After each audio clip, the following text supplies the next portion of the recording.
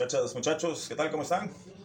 Un placer saludarles a través de este mini video, en este tema así virtual, no presencial a distancia, que nos obliga a la situación. Entonces, pues la idea es que a través de estos mini videos platiquemos un poquito sobre los temas que vamos llevando en el día a día.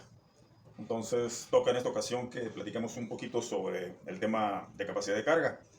Por ahí comentábamos en alguna de las clases de que les pedía que trataran de explicar conceptualmente no solamente el tema de la capacidad de carga, en donde, pues como su nombre lo dice, si nos detenemos un poquito a reflexionar capacidad de carga, pues es muy directa la respuesta, ¿no? La respuesta pues es la capacidad que tiene el subsuelo de soportar una presión o un esfuerzo.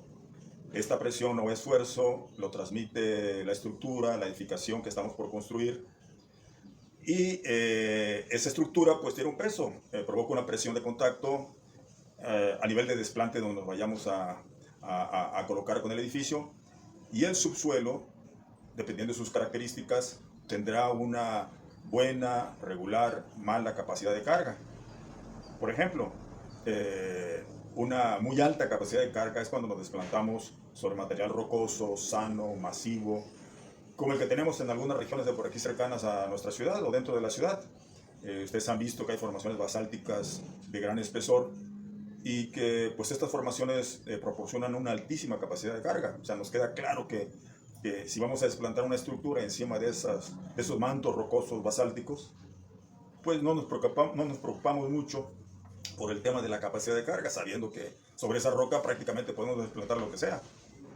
En cambio, en el otro extremo, si por ejemplo la estructura la fuimos a desplantar sobre arena suelta, sobre arcilla blanda y luego saturada, pues seguramente que sí nos vamos a preocupar por el tema de la capacidad de carga, y tendremos que tener muchísimo cuidado con la cimentación y el nivel de desplante que vayamos a escoger para no tener problemas luego de una falla intempestiva, ¿no? Por el tema de la falta de capacidad de carga, ¿no? Entonces, dicho así, de una manera muy coloquial, pareciera ser que no hay problema, pero el problema es en que la mayoría de los casos no estamos con una altísima capacidad de carga, ni con una baja capacidad de carga, sino que no estamos en un punto intermedio. Y en ese punto intermedio, bueno, pues tenemos que calcular numéricamente en toneladas metro cuadrado, libra pulgada cuadrada, pues cuál es la capacidad de carga que ofrece el terreno, de tal suerte que siempre sea mayor la capacidad de carga del terreno que la presión de contacto. La presión de contacto, como sabemos, si estamos hablando de una carga uniformemente repartida, pues es carga entre área, ¿no? Como hay que calcularla, es preocupación de muchos investigadores desde hace muchos años el tratar de encontrar teoría, una buena teoría, unas buenas hipótesis para poder desarrollar una fórmula, un concepto matemático que nos permita ponerle numeritos y llegar a un resultado. Entonces, verán ustedes en su libro que los primeros investigadores, Brandt, etcétera, trataron de resolver el problema. Sin embargo, hasta que llegó Terzaghi, Carl von Terzaghi, muy conocido de ustedes, pues él sí desarrolló una teoría sobre capacidad de carga que hasta la fecha, sobre todo en cimentaciones superficiales, es de la más empleada, de la más utilizada. Verán ustedes cómo él desarrolla una fórmula, por ejemplo, la fórmula general para capacidad de carga, entrando ya de lleno al tema, en donde es una fórmula con tres términos. El primer término de esa ecuación, CNC, aparece la ecuación que multiplica a un factor de capacidad de carga NC. El segundo término de la ecuación es gamma DF NQ, en donde aparece en este segundo término de la ecuación el peso volumétrico del material que está entre el nivel de desplante y la superficie del terreno, también por un factor de capacidad de carga.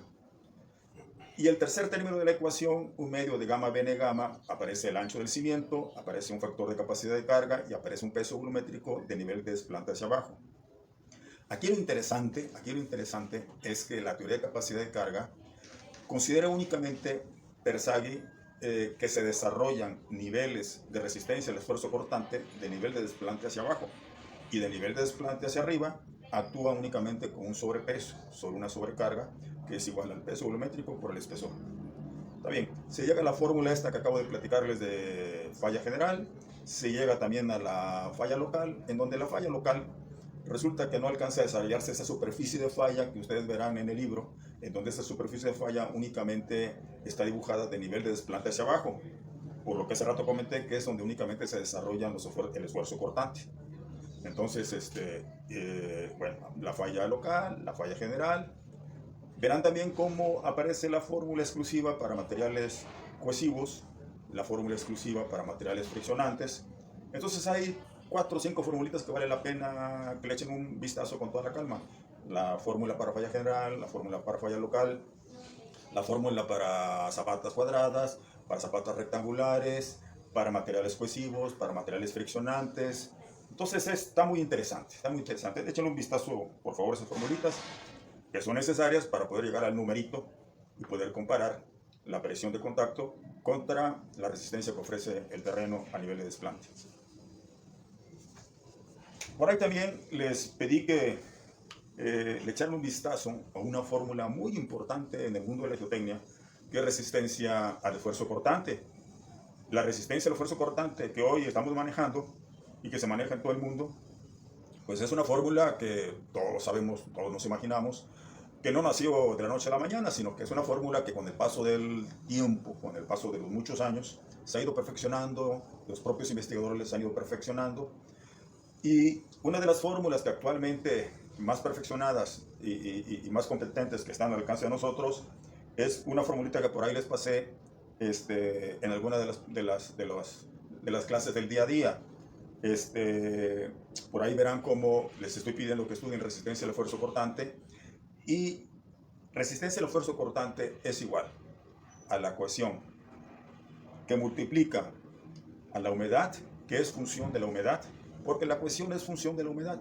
O sea, no es lo mismo, o sea, cuando hablamos de cohesión, hablamos por lo general de un material arcilloso, y no es lo mismo que este material arcilloso esté seco, en cuyo caso sería un material duro, o que sea un material cohesivo que esté blando por efecto que tenga un alto contenido de agua, en cuyo caso la cohesión va a ser baja, ¿no? Entonces la cohesión muchas veces es una situación pasajera que depende del contenido de agua. Por eso es que en el primer término de la ecuación de resistencia al esfuerzo cortante se habla de que cohesión es función del contenido de agua, más el segundo término de la ecuación, que es los esfuerzos efectivos por la tangente del ángulo de fricción. Fíjense, aquí entra en juego el segundo factor de capacidad de carga, que es ángulo de fricción interna del suelo, que es phi, tangente de phi, y eso se multiplica por esfuerzos efectivos. Esfuerzos efectivos es un componente dentro de la fórmula muy relevante, muy importante. Les pido pues, en suma, que le den una estudiada, por favor, a lo que es el concepto de resistencia al esfuerzo cortante, cómo se determina el laboratorio de la resistencia al esfuerzo cortante, teóricamente, cómo se maneja esta última fórmula, cómo se puede interpretar esta última fórmula de resistencia al esfuerzo cortante con estos indicadores que les acabo de platicar. Entonces, estamos en la etapa todavía del tema de la teoría, hay que estudiarla para tener las bases muy firmes.